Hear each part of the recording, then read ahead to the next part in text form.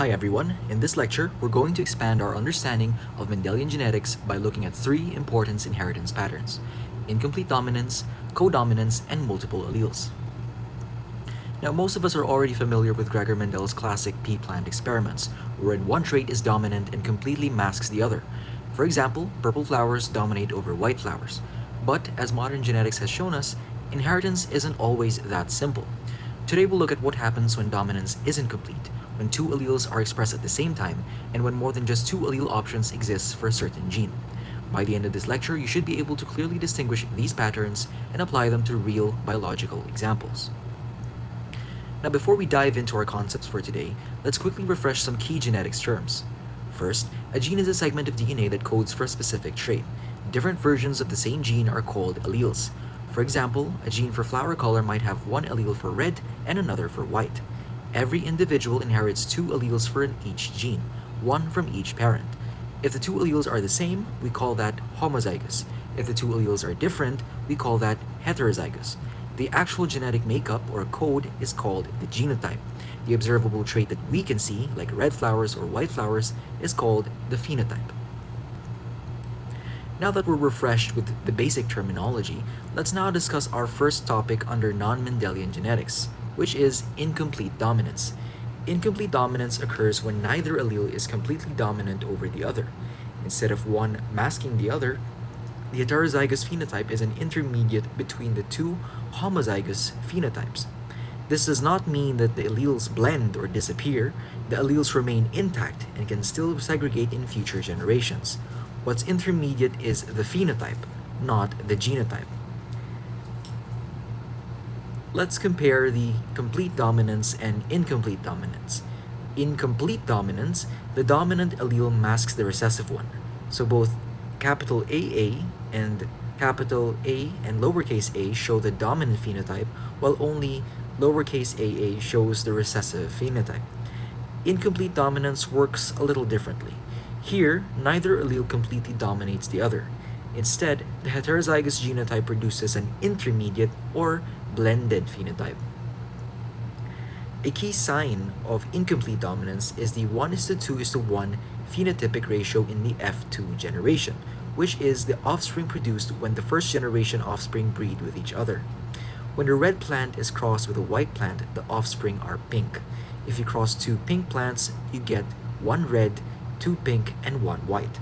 That 1:2:1 ratio tells us that neither of these alleles are fully dominant over the other. Now let's look at codominance. In codominance, both alleles in a heterozygous individual are fully and simultaneously expressed. There is no blending and no masking. So instead of seeing an intermediate phenotype, you see both traits clearly expressed at the same time. The genotypic ratio still follows Mendelian inheritance. What changes is how the heterozygote appears phenotypically. If incomplete dominance is a blend, codominance is a side-by-side display. An example of codominance is coat color in certain cattle breeds, such as short-horn cattle. Now, in cattle, two red alleles produce a red coat, two white alleles produce a white coat, and one red plus one white allele results in a roan coat.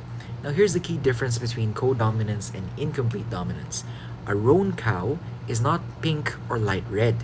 Instead, it has both red hairs and white hairs interspersed throughout the coat. The two colors appear side by side. The red alleles produce red hair, the white allele produces white hair. In the heterozygote, both are expressed fully. Now, if you cross two roan cattle, you get one red, two roan, one white. Again, you will see the hallmark 1:2:1 ratio. But unlike incomplete dominance, the heterozygote does not show a blended phenotype, but rather, again, it shows both traits distinctly at the same time. Now, let's talk about multiple alleles. In many textbook examples, you'll see genes are almost always treated as if they have only two alleles. But in reality, a gene can have more than two allele forms within a population or species. This is called a multiple allele system. However, that is not to say that three or more alleles are inherited. No, only two alleles are inherited by the offspring from their parents, but the population may have three or more possible alleles. This increases genetic diversity and creates more possible genotype combinations. A practical and accurate example people see all the time involves coat color in domestic cats, specifically the pigment gene at what geneticists called the C locus. Now, in cats, this single gene has multiple alleles that affect how much pigment is produced. Some of the common alleles include those that you can see here on the slide. These alleles follow a dominance hierarchy, with 1 being the most dominant and 4 being the least dominant.